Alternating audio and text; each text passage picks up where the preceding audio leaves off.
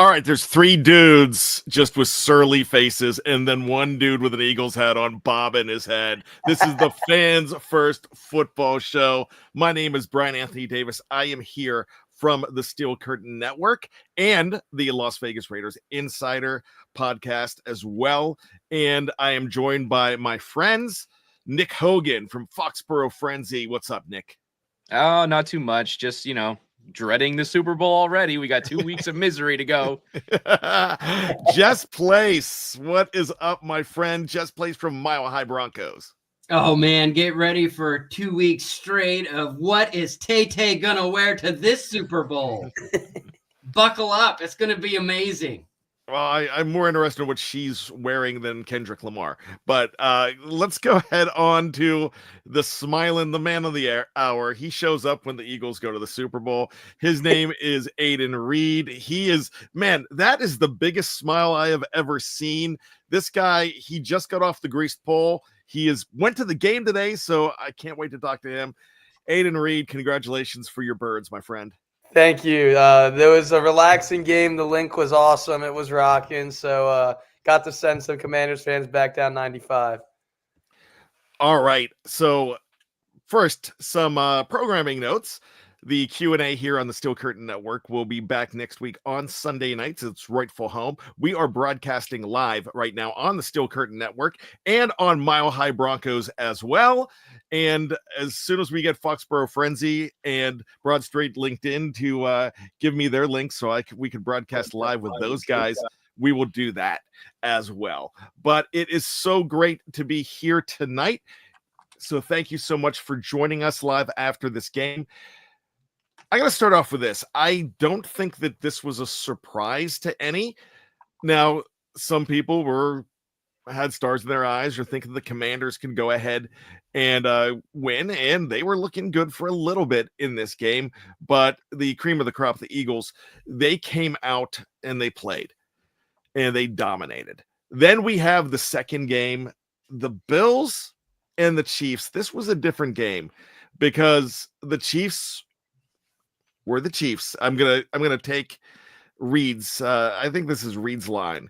The Chiefs did Chiefs things. Mahomes did Mahomes things, and they won the game. And I don't think the officiating was the issue. I think the issue was the Buffalo Bills just completely weren't ready for prime time. As Hogan would say, they threw up in the moment. Hogan, I'm going to start with you on this game. Yeah, no, you hit the nail on the head. They threw up all over themselves. I mean, it was just they came out swinging the multiple fourth down attempts. They tried, obviously, but at the end of the day, it wasn't enough for them. And it was a nice story all season long, but at the end, when they needed to show up, they just didn't. That's the sad part about it. Absolutely true. Let's look at the tail of the tape of this game. Do you have stats for us, Hogan? I most certainly do here, and I will go over them right now. Jaden Daniels, usually the cream of the crop all season long, looking like he was just firing the ball everywhere, running all over the place. He tried his best today. 255 yards passing, 1 touchdown, 1 interception, sacked 3 times. That's, obviously not going to help anything out there. But on the ground, 6 carries, 48 yards, and a touchdown. Not a bad day on the ground, actually. Through the air, his favorite target, per usual, Zach Ertz, 11 catches, 104 yards. And then Scary Terry over there, 3 catches, 51 yards, that long one of 36 for the 1 touchdown that actually kind of cut into the deficit a little bit, where you had a thought that maybe Washington was going to do some things at that point. But unfortunately, the Eagles said no sirree. And the stat sheet for the Eagles is absolutely mind-boggling. Reed, I know you're all smiles over there because – heck, I could have scored a touchdown running on the ground for the Eagles the way that they ran the ball today. But I'll go over it for you because I know you're going to love it. Jalen Hurts tossing around. Passing-wise, Jalen Hurts arguably had one of his better games of his career. 20 for 28, 246 yards and 1 touchdown. No interceptions. On the ground, 10 carries, 16 yards. Not 1, not 2, 3 touchdowns. And you know who else had 3 touchdowns? Oh, yeah, a guy named Saquon Barkley, who – the New York Giants just, he's not that good. We don't need him. He's no big deal, right? Well, Philly just, threw up on the Giants, and just the fact that they did that themselves. 15 carries, 118 yards, 3 touchdowns. I mean, The guy didn't even have to play through the fourth quarter. They gave the ball to Will Shipley, the rookie, first time pretty much touching the ball all season, 4 carries, 77 yards and a touchdown. Like I said, if you wore Eagles green today, you pretty much scored a touchdown. Final score 55-23. Reed, I was going to say, just go at it, buddy. I know you're ready to go all out talking about this game. Oh, no. I'm the host. He doesn't get to talk yet. He's ready to jump out of his chair the way. Yeah. No, Hold on, we got to hear what the Broncos fan has to say first. Yes, I mean, everybody knows when you talk NFC East football, you want to hear from the Broncos guy. Right. Yes. Yeah. What did you think of this game? Because I can't wait, but BSL Reed is going to have he's going to have a platform. We're going to let him go, but I want to go to you first, Jess. I was not surprised that the Eagles pulled this out. I thought that the Commanders had overperformed all year. They have a great young rookie quarterback, and as I said last week, this is going to be an interesting 15 plus years, because I think the Commanders with their new ownership and their stud rookie at quarterback, they're not going anywhere. But today was all about the Eagles, and so I want to hear what Reed has to say. He was there. All right. Before I let him speak, Afton Ford asked, does this mean Saquon is MVP? He cannot be MVP based on these playoff games, because that voting is regular season only, and that voting has already taken place. I don't think he's going to win the MVP. He will be offensive player of the year or whatever they want to call it, but it's just a fantastic year from Saquon. It doesn't matter. Saquon cares more about a Lombardi trophy. And BSL Reed, you tell us all about it, my friend. I'm going to let you talk. I mean, this game was just I always talk about with my dad about how stressful all these games are, and this was a stress-free one. I mean, when Jake Elliott missed that field goal and the Commanders marched down the field 14-12, he got a little bit nervous, but then we go on to score 14 unanswered. They get a field goal, and the rest is history. 7 rushing touchdowns is unreal. It ties the NFL postseason record. You have to go back to the Bears in 1940 to see 7 rushing touchdowns in a playoff game. And I hope there's some Cowboys fans listening, because our 7 rushing touchdowns today was more than they had all season. They had 6 rushing touchdowns on the year. But Saquon, I mean, just – like you said, Bryan, doing Saquon things, 7.86 yards per carry, just unbelievable. Didn't even rely on him too much in this game. And I know he had the 3 touchdowns, and people are giving him his praise, as they should. Tom Brady's LFG player of the game was Saquon, but for me, the biggest takeaway from this game is Hurts. Jalen Hurts had a phenomenal game. He's shutting all the haters up. I touched on it last week, too, at the Broad Street LinkedIn podcast. Everyone was giving him smack for throwing 126 yards. There was a bunch of drops. It was pouring snow. And he's finally, I think, getting some respect that he deserves. And, it was awesome in the post game when, they put up the NFC Championship, everything. And Nick Sirianni goes up there, and he's just, how about our quarterback? And just giving him his flowers, which I love to see. He's the most overhated player in this league, in my opinion. And A.J. Brown, just so happy to see him popping off again. 6 catches, 96 yards, and a touchdown. But really interesting schematically was you saw a lot of plays that we've never run this year running the football. Saquon only had 15 touches, which is very low for his season average. And you saw end arounds to Goddard, touch passes to Smitty. So it was really interesting to see how Kellen Moore incorporated other players in the rushing game. But yeah, I mean, I'm on cloud 9. This was phenomenal. Zach Bond and Oren Burks, the linebacker duo, both had a forced fumble. The defense has been playing, unbelievable. Zach Ertz was the only one who did anything. He had 104 yards. Reed Blankenship looked a little slow, but Quinion Mitchell shut down Scary Terry. He had that 1 catch for the touchdown, but defense continues to be unbelievable. Shout out Quinion Mitchell for his 2nd career interception here, and both were in the postseason. I could talk forever, so I want to let someone else hop in before I just keep going. Well, I am going to jump in, and congratulations to your team. They were dominant. They looked really good. And I think one of the most interesting things for me in this game was you had guys that were completely injured, especially both centers were really injured in this game, and they kept it going, and they were still able to run wild. And we know Hurts, he took the brace off in pregame, and that knee is not completely right, and he still did the things that he's supposed to do. So hats off to that team. A couple other things that I want to say. Shame on you, Eagles fans. I will say this, because if you were given, Nick's giving me that look. You know exactly what I'm talking about, because we talked about it last week on the show. If you're giving Hurts problems on Broad Street LinkedIn last week and complaining about his stat line last week, we talked about it. Everything that he needed to do in that game, he did. So, lay off him. But then again, I could pull up the audio from this show in, I think it would be week 4, when everybody wanted Nick Sirianni fired. So with that, I was wrong. Hand up. So you're keeping Nick Sirianni now? Yes. I mean, I think it's fair for me to be a week-to-week guy, but in the beginning of the season, 2-2. I should have given him a little more time, but hand up, I was 100% wrong. I wanted him gone. I wanted him gone all off season, and I'm so happy. I'm so happy he proved me wrong. I'm very happy. He shut me up, my dumb head up, and hey, he took the team to the Super Bowl. He's got the guys playing hard. And shout out Nick for proving me wrong. What's going to happen next week on the show when they don't have a game and so the Eagles don't have a win? Is Reed going to call for his head? Is my question. I gave him his flowers as the season went on, but I definitely wanted him out badly after week 4 for sure. I tell you what, a wonderful game. It was really fun to watch this game, and I can't wait to see what they do in the Super Bowl. This is wow, this is going to be fantastic. Now, I cannot remember who is the home team in this game. Is it the AFC or NFC? And for some reason, I think it's the AFC. I thought it was the NFC, but I can look it up real quick. You know what? It is the NFC. So they're going to be wearing the same uniforms, I guess, that they did in the last Super Bowl that these two teams played. Yep. All right. So that's good to know.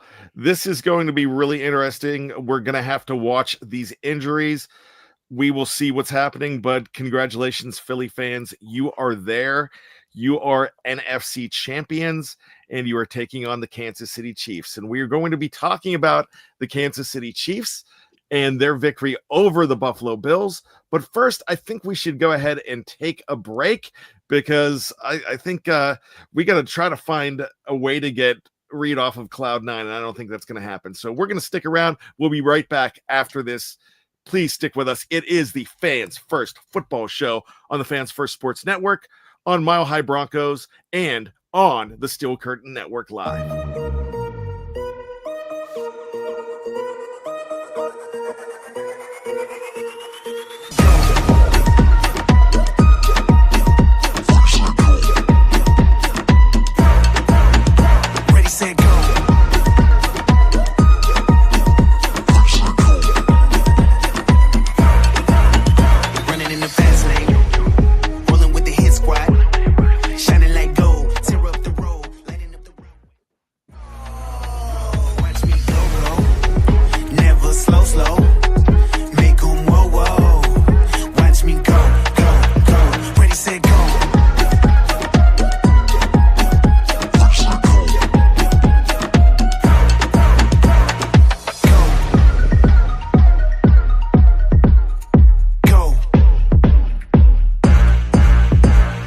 We are back here. It is the Fans First Football Show on the Fans First Football affiliate here on the Fans First Sports Network. It's also live on Mile High Broncos and on the Steel Curtain Network as well. Thanks for everybody joining us tonight. It is it's over.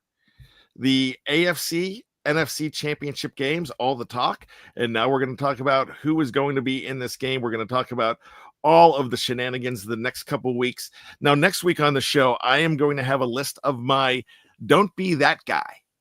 And it's how to act at it's almost Super Bowl etiquette, how to act at your Super Bowl party. Because there's certain things there's that certain person that I run away from at the Super Bowl party. So I'm going to make sure that we have that on next week's show.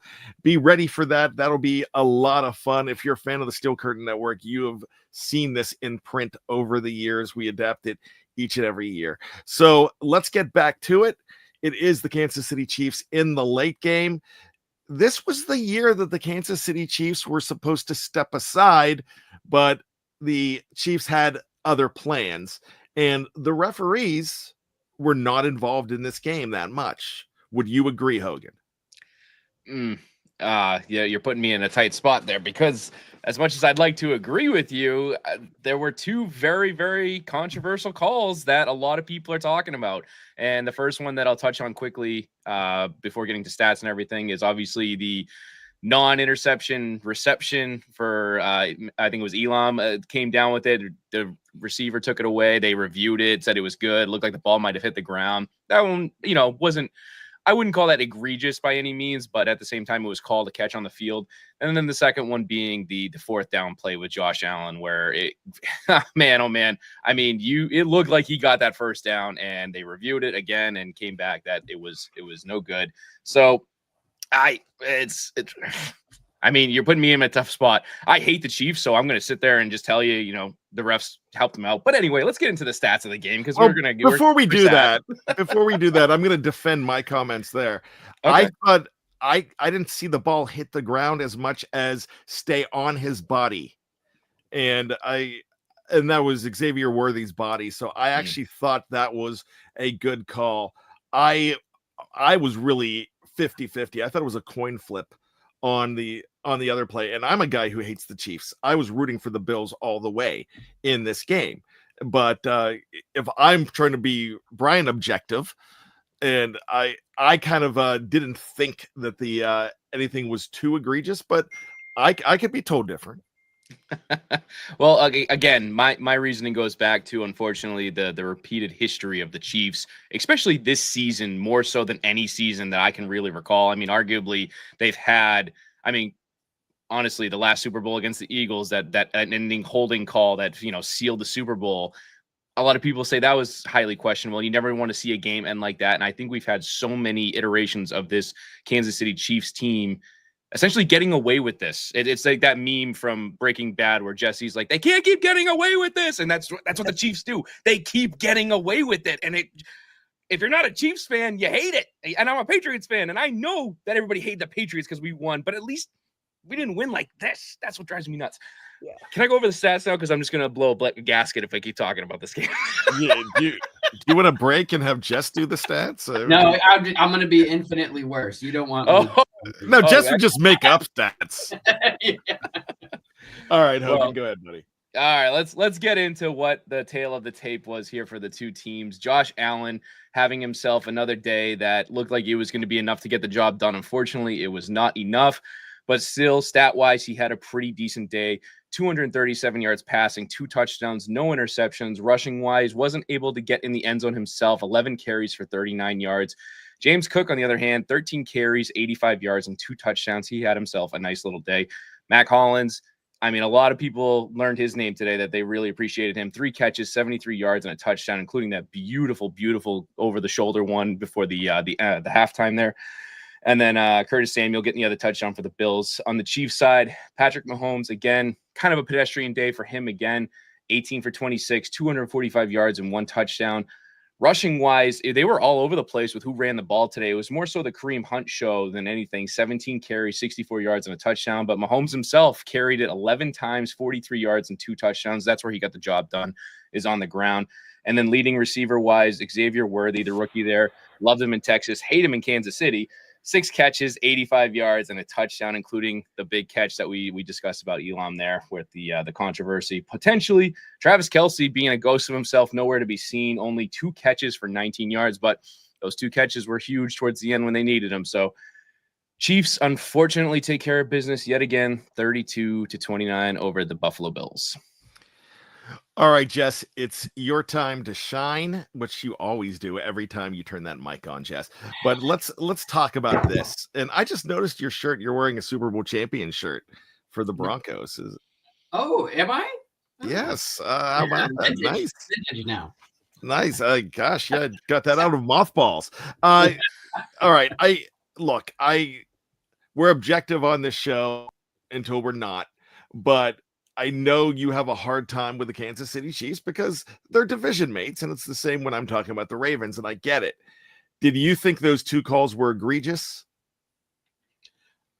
I mean, I'm biased, but yeah, like the ball touched the ground. Like any other time you see the ball touch the ground when no one has clear possession, like it's usually a dead ball at that point. But not with the Chiefs, okay? And then when you on fourth down, when you get the ball across and the side judge runs in a yard this side of the line to gain, and then the other guy runs in a foot that side, split the difference, and it's still a first down. I don't understand how you can't call that a first down when it was.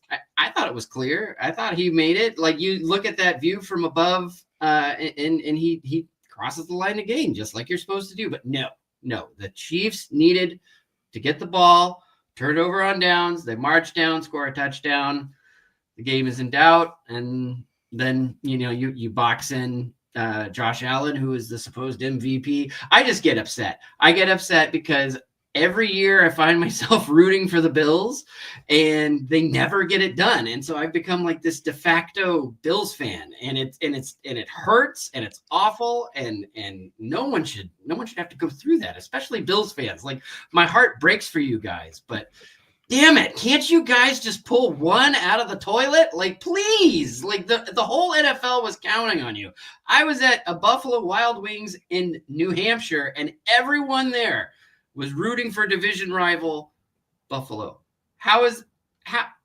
You let the NFL down. Like, wear that, please. Because, like, we're going to have 2 weeks of Tay-Tay and Kelsey and all that nonsense. Oh, who's designing Tay-Tay's outfit? Like, remember last year? Like, it's just awful. It's going to be awful. And then we have to watch the game, and then poor Reed is going to get screwed in the end, and he's going to be upset, and we're all going to have to, like, get together and pick him up because the referees jobbed America and the Eagles. So there, I could just keep going. Hogan and I need to go get a beer or something because I've had it.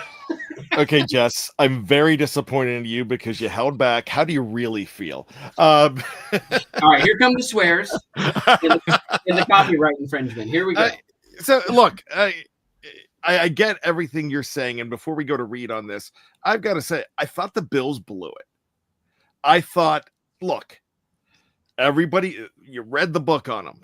Right guard. Every single time Josh Allen's going right guard. You would have had a 3-point lead at one point if you would have went for the 2-point conversions, not gone for the 2-point conversions. I thought they got cute in this game.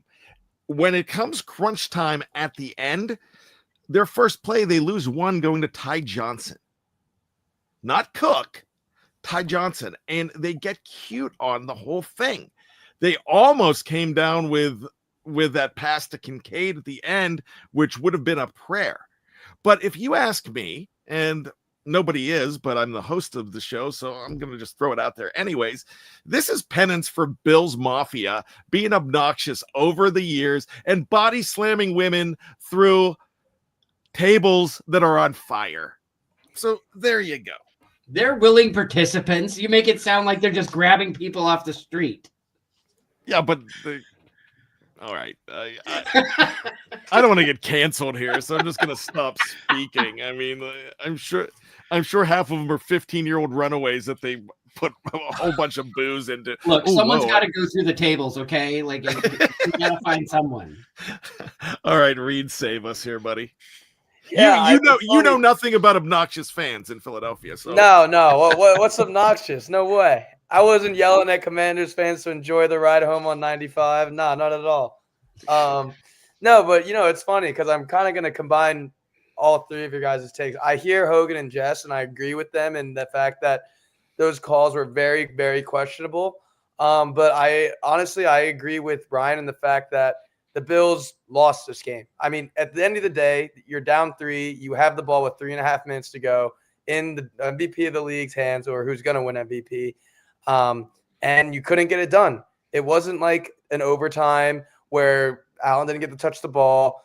This was an Allen legacy drive. 3.5 minutes, down 3, you have the ball, and I don't know how Kincaid didn't catch that ball. I mean, it was just right there.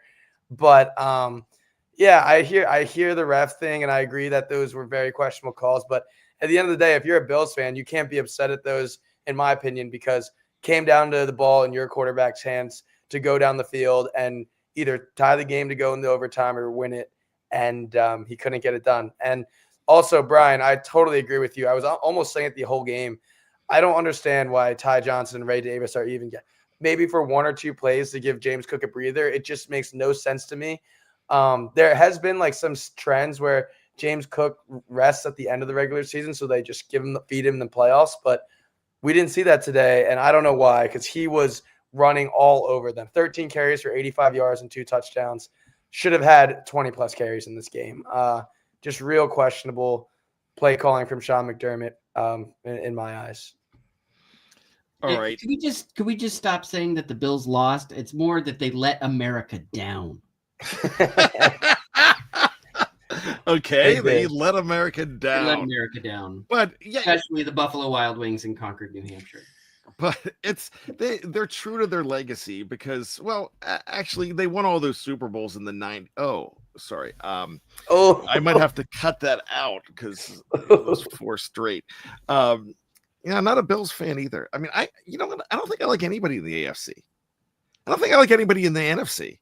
I think I only like the Steelers. So I mean, I'm just gonna rip on everything. But this the Steelers didn't lose this week, so that's good news for me.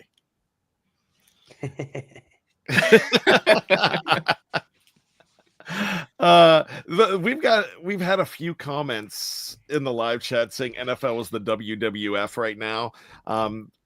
WWE, whatever you want to call it. Yeah, predetermined. It kind of feels like it. But if you're looking for the sexiest matchup, though, I kind of thought America as a whole would have wanted to see Philadelphia take on Buffalo. But if this is predetermined, then it's just the three-peat thing. So I'm going to start with, this is a very controversial comment. I'm going to start with Reed on this one. And I'm going to ask you, and I'm going to ask all of you, do you think the NFL is hell-bent on the Chiefs three-peating because we've never had one? No, I don't think so. As much as I hate the Chiefs and they always win. It's funny. I was asked before the game, who would you rather play? I hate that question, but I'm always going to say whoever's not Patrick Mahomes. At the end of the day, yes, those 2 calls are questionable, but he got the job done when Allen couldn't. And I don't think they're hell-bent on the Chiefs winning. I think Mahomes, Andy Reid, Chris Jones, and Travis Kelce are just that good. And when you have that core 4 like that, they're always going to be in contention. And Mahomes has shown us that he is the new Brady, and the fact that he is the standard in the playoffs. And the bottom for him is the AFC Championship game. And everyone thought when Tyreek Hill left, it was going to be over. And the only Super Bowl winners since him leaving have been the Chiefs. So I just think Mahomes is that good. And I know it might not be a popular opinion, and I hate the guy too. I just think that's the truth. This just in, Tyreek Hill will be joining the Chiefs in 2 weeks to play. I would cry. I think that's going to happen, Jess. I know what your answer is, so I'm just going to skip straight to Hogan. No, go ahead, Jess. I don't think it's rigged. I think that the favorable calls are just. Are the refs starstruck? There's something about the aura of Mahomes and the Chiefs that just kind of tips the scales. I wouldn't say it's a concerted effort like with Vegas involved and Illuminati and all that sort of thing. Now, I honestly think it's just like this general starstruck bias. I'm really not asking if it's rigged, Hogan, but what I am asking is the NFL really wants a three-peat, don't they? They absolutely do. It's the end of the day, it's a money-making business. That's what it is. It's entertainment. It's business. It makes money, and that's what the NFL wants to do. And I apologize to all of Bills Mafia and Buffalo Bills, but they don't sell the tickets that Tay and Kelsey and Mahomes and Andy Reid and all them sell, like when they show up to the Super Bowl, when they show up to these massive games. It's the star power. That's why, again, they want the Chiefs there. At the end of the day, is there an agenda? Is it rigged? I find it really, really hard to believe that that's a factual thing, that it is rigged, that it's where in the WWE or whatever you want to call it. But it's just really hard to look the other way again when they have the talent that they do and they're as good as they are, and they still get the help that they do to win games that they shouldn't either get the help for, or they don't need the help to win. That's the biggest thing that I think people are tired of seeing. Is we know Mahomes is good. He is the greatest quarterback playing in the NFL right now. We all know that based off of his body of work. He doesn't need an extra 15 yards every time he gets breathed on. He doesn't need another fourth down call to go his way. It's just he's good enough to win those games on his own. If he's not, I mean, then let it be. But I don't know. I'm getting angrier as I talk. All right. Well, then I'm going to spell you here. We're going to get ready to wrap everything up, but usually we ask for the team of the week. There's no reason to do that because there's two teams of the week. It's Philadelphia, it's Kansas City. Congratulations to both of them. We can ask who your player of the week would be. Everybody would say Barkley except for Reed, who would say Zach Bond, and which he did say in this show. This is 18 consecutive shows that he has said Zach Bond's name. But I like how he tried to throw a bone to, is it Oren Burks? Oren Burks. You've never said his name before, Reed. Because he's Nakobe Dean got hurt, so he had to fill in. So he's been doing great. Next man up mentality. You know how it goes. Nakobe Dean was our green dot, and now it's Zach Bond, and Oren Burks is filling in for Nakobe. So yeah, but all right. So what I'm going to do here is I am going to go ahead around the room. Reed, we know your answer. Who are you pulling for in this game in 2 weeks from now, Hogan? Oh, Eagles. Jess? As much as makes me want to throw up in my mouth, Eagles all day, baby. Go Birds. Go Birds. Go Birds. I root for the one NFC East team that hasn't beaten the Denver Broncos in a Super Bowl, the Philadelphia Eagles. I'll take it, boys. Let's go. Here we go. All right. So there we go. I will tell you next week who I'm rooting for. I'm rooting for Philly. What am I talking about? All right. Hey, thanks so much. That's hard for me. I'm a Pennsylvania kid that would never root for Philly. But with that being said, I do have more friends that are Eagles fans, and the most 99% of Eagle fans I don't love, but there are some here. My buddy Ken, Reed, my girls Devin and Sabrina. I know some Eagles fans. My buddy James. I know some Eagle fans. So I'm gonna go ahead and jump on that bandwagon. I will not wear the green unless Reed wants to buy me a Philadelphia Eagles shirt. What is that, a throwback, Reed? Oh yeah, this is a sweet throwback. The old NFC, old logo with only 3 stars. They're not 4. 3 stars. OG. Oh wow, that's fantastic. KITH. What? It's that's like some brand that the NFL did a collab with. I hadn't heard of them before, but my cousin got it for me. So I thought you were asking for a Kith. Yes. Mike Tyson. So next week we will be discussing what not only Tay, who is Taylor Swift, because I have to throw that in, and if anybody wants to know, Scary Terry is Terry McLaurin, and thank you. No mentions of the team, the Commies, this week. I appreciate that as well. Just did it for you last week, Reed, and I nearly fell through my chair again. But with that being said, not only will we be finding out what Taylor Swift is wearing, we're going to be finding out what Reed is going to be wearing for the Super Bowl and what his plans are as well. So please stick with us. We have a lot of fun on this show. We've done it all season long. We are going to continue it. We're going to do some form of it in the off season as well. But 2 weeks until my national holiday, and I would think it's your guys as well. And Reed, I'm jealous of you that your team is in the Super Bowl. So congratulations. let's hope that we don't have to see Kenny Pickett in that game. So for that being said, for Hogan, for Jess, for Reed, my name is Bryan Anthony Davis. This has been the Fans First Football Show from the Fans First Sports Network. It was simulcast tonight on Mile High Broncos and the Steel Curtain Network. Thank you, everybody, for joining us in. We had over 1,100 people in the live chat, so thank you very much. We do appreciate that, and we thank you so much. So we are out of here. We will be back next week. Until then, as always, we have 2 words for you. And it's simply this: Go football. It's go football. And the football.